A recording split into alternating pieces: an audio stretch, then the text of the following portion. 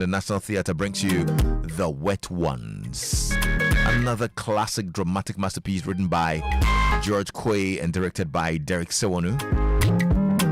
Yeah, set on the haunting banks of the Volta, this raw tale of pain, ignorance, deception, mystery, and unrelenting struggle will take you deep into the lives of trafficked children forced into all sorts of labor in Ghana. This play will only stage once. So mark your calendars for Saturday, 2nd of May, 4 p.m. at the National Theatre. Register now for free at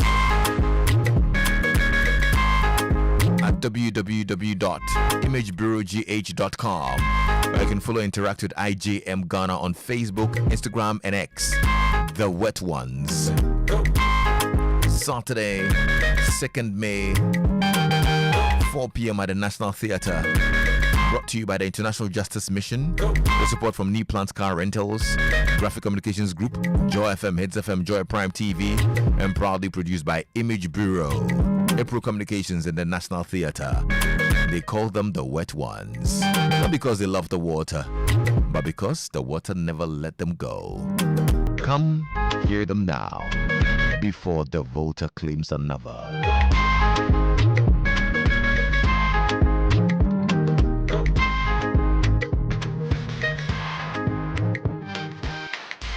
Let's check out what's happening in entertainment.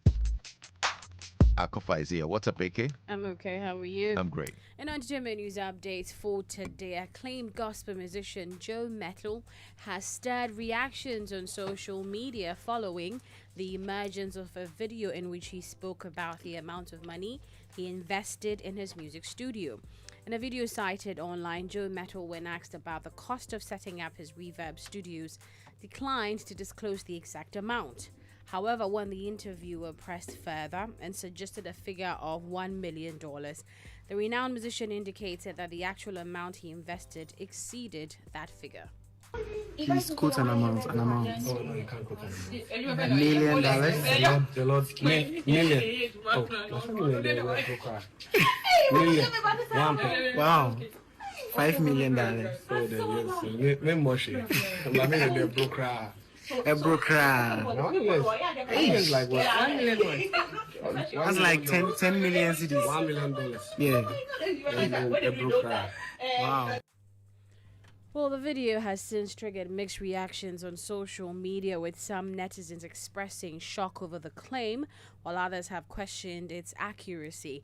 According to some users, the amount mentioned by the gospel musician may be exaggerated, arguing that the cost of studio equipment alone may not amount to over $1 million.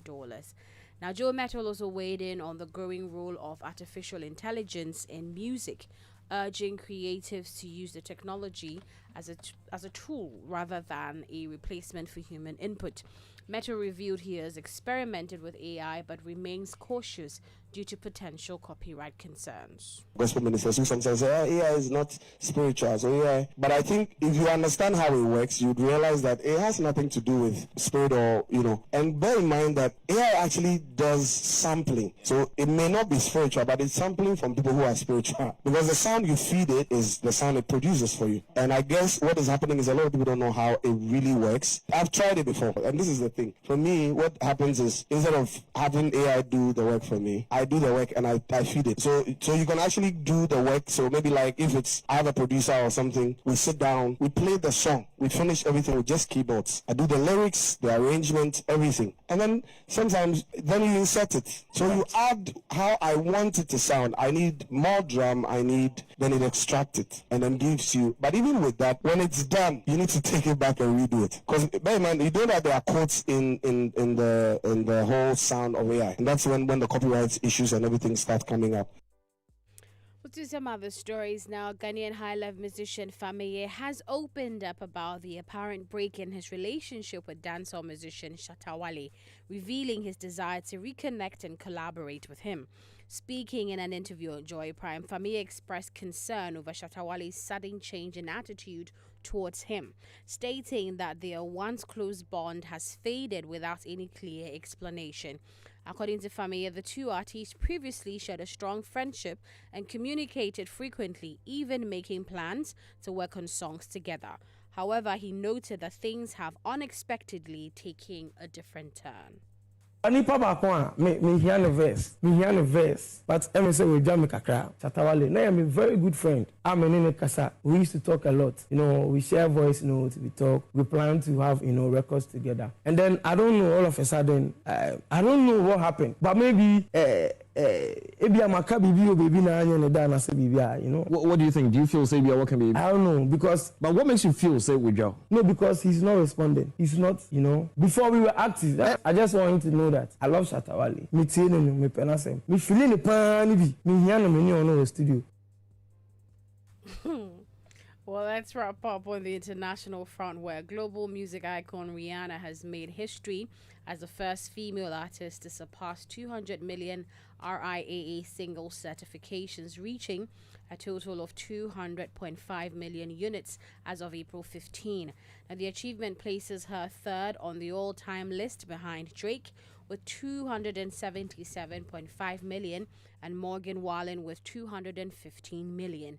Now, despite not releasing an album since her 2016 project, Rihanna has remained active with contributions to major film soundtracks, including Black Panther, Wakanda Forever, and Smurfs.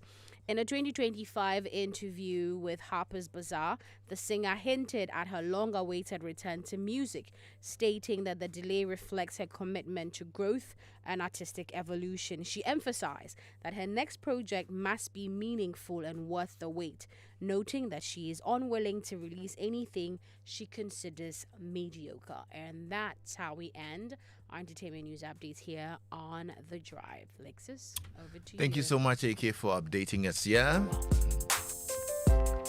Well, if you're driving, avoid all distractions. Okay, keep